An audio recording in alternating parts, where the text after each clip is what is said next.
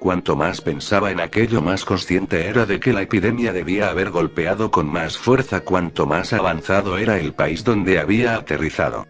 En España solo el ejército, las fuerzas de seguridad y unos cuantos miles de personas tenían armas de fuego o licencia de armas. La seguridad, la ley y el confort de la avanzada y vieja Europa así lo imponía. Pero en sitios como en Pakistán, Liberia, Somalia o sabe Dios dónde, la norma era que hasta un niño de teta tuviera un fusil colgado del cuello, o algo más gordo en la puerta de casa. Y allí normalmente disparaban primero y preguntaban después. Así que seguramente ahora, mientras las partes más avanzadas del mundo civilizado habían caído indefensas, devoradas por sus propios ciudadanos desde dentro, posiblemente en las zonas más remotas, primitivas y aisladas, los no muertos no habían tenido muchas posibilidades, si es que habían llegado hasta allí. Y para esa gente la falta de electricidad o agua corriente no había sido nunca un problema. No dejaba de ser irónico. Las partes más pobres y atrasadas del mundo habían pasado a ser la última esperanza de la humanidad. El resto, un enorme infierno donde unos cuantos puñados de supervivientes dispersos tratábamos de escapar. Sumido en tan lúgubres pensamientos, la mañana fue llegando poco a poco. El depósito estuvo lleno cuando el sol empezaba a asomar por el horizonte y el pobre Shafiq, empapado y agotado, comenzaba a tropezar con el garrafón. Mientras tanto, otro de los pakistaníes, Osman, se había aventurado hasta el extremo de la calle, donde estaba aparcado un Volkswagen New Beetle con las ruedas delanteras deshinchadas. Tras asomarse a la esquina volvió para informarnos que había unos cuantos de esos podridos dando vueltas a menos de 10 metros de allí, sin sospechar de nuestra presencia justo al lado. El tipo parecía estar acojonado. Supongo que era la primera vez que veía uno de esos seres tan cerca y sé por experiencia que no es un espectáculo agradable. Eso me llevó a su vez a pensar que yo era el más veterano de toda aquella pandilla tan heterogénea, lo cual no era precisamente lo más tranquilizador. Cuando el depósito estuvo lleno nos subimos al furgón. Estábamos listos para arrancar. Sorprendentemente descubrí que me cedían el asiento del conductor. Estaba claro que pretendían que fuese el guía en todos los aspectos. Con un suspiro me acomodé en el asiento y cerré la pesada puerta del conductor. En la cabina estábamos apretujados Kritsinev, Osman y yo, mientras que el compartimiento blindado de atrás era ocupado por Pripchenko y los otros 3 pakistaníes, incluido un aterido Shafiq.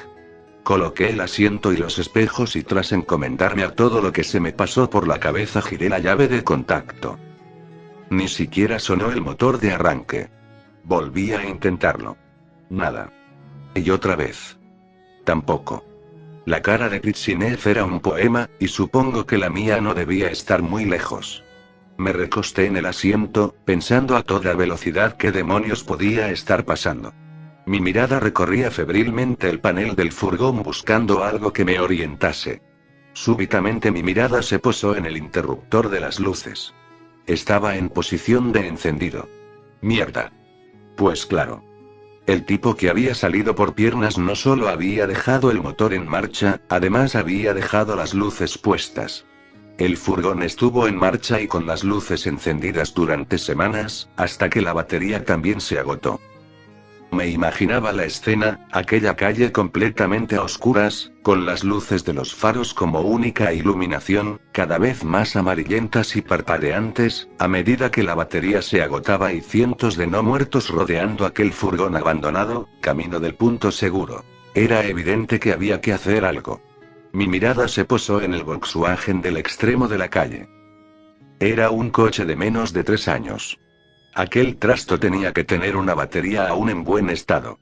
Pensé en decirle a Kritsinev que mandase de vuelta a Shafiq al aparcamiento de la Citroën, en busca de una batería sin estrenar de uno de los vehículos allí aparcados, pero era evidente que se iba a negar. El sol estaba cada vez más alto, llevábamos mucho retraso en nuestra marcha y el ucraniano se empezaba a impacientar. Teniendo aquel Volkswagen allí al lado no querría perder más tiempo. Además, puede que con la luz del día el aparcadero de Citroën fuese un sitio demasiado peligroso como para pasear. No quedaba otra que ir a por la de aquel redondo vehículo alemán. Me giré hacia Víctor, a través de la pequeña ventanilla intermedia y le susurré lo que le tenía que decir a Krichinev. Tras un rápido intercambio de palabras en ruso entre ambos vi que Víctor palidecía y me miraba con desespero. Lo entendí al instante. Le había tocado a él ir a por la batería. No tardó en corregirme. Nos había tocado a los dos. Mierda. Salimos del furgón, entre chanzas burlonas por parte de los pakistaníes. Caminando casi de puntillas nos acercamos hasta aquel W, de un incongruente color amarillo limón, en medio de la suciedad y el abandono del puerto.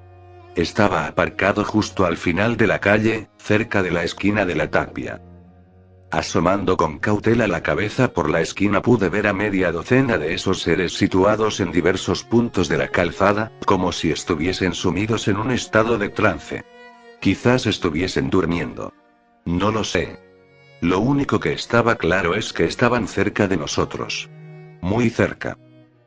Demasiado cerca, posiblemente. Víctor estaba pugnando infructuosamente con la manilla del W. Estaba cerrada. Bueno, no todo iba a ser tan fácil, al fin y al cabo. Envolviendo su puño en la gruesa chaqueta de marinero, Pripchenko echó su brazo hacia atrás y antes de que se lo pudiera impedir estampó el puño contra la ventanilla del conductor. La ventanilla se volatilizó en un millón de pequeños fragmentos, produciendo un ruido que a mis oídos sonó escandalosamente alto. Aquello tenía que haber puesto en movimiento a los no muertos necesariamente. Teníamos que darnos prisa. Con la agilidad de un ladrón de coches, el pequeño ucraniano se coló dentro del W y tiró de la maneta del capó. Lo abrí, mientras con un ojo vigilaba la esquina de la calle, pendiente de la aparición de esos seres.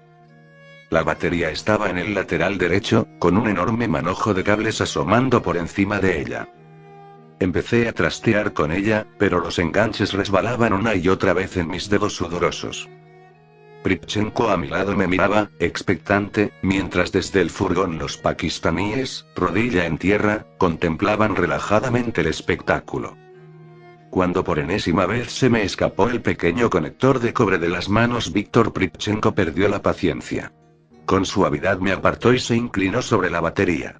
Agarrando los conectores con las manos, tiró de ellos y, simplemente, los arrancó de cuajo. A continuación, sujetando el asa de la batería, pegó un fuerte tirón y la sacó del hueco en el motor. Mirándome con cara sonriente y musitando entre dientes algo que sonó como mejor arreglar cosas al viejo estilo soviético, comenzó a caminar hacia el furgón blindado. Justo a tiempo. Por la esquina, balanceándose, apareció el primero de los no muertos que venía atraído por el jaleo que estábamos montando. Era una mujer de mediana edad, cubierta de sangre, gruesa y con el torso desnudo, mostrando un pecho caído. Y digo uno porque donde debía estar el otro tan solo había un enorme boquete de un rojo sanguinolento. Empezamos a correr hacia el furgón. Aquello se iba a poner auténticamente feo. Mierda, ya están ahí otra vez. Continuaré escribiendo luego.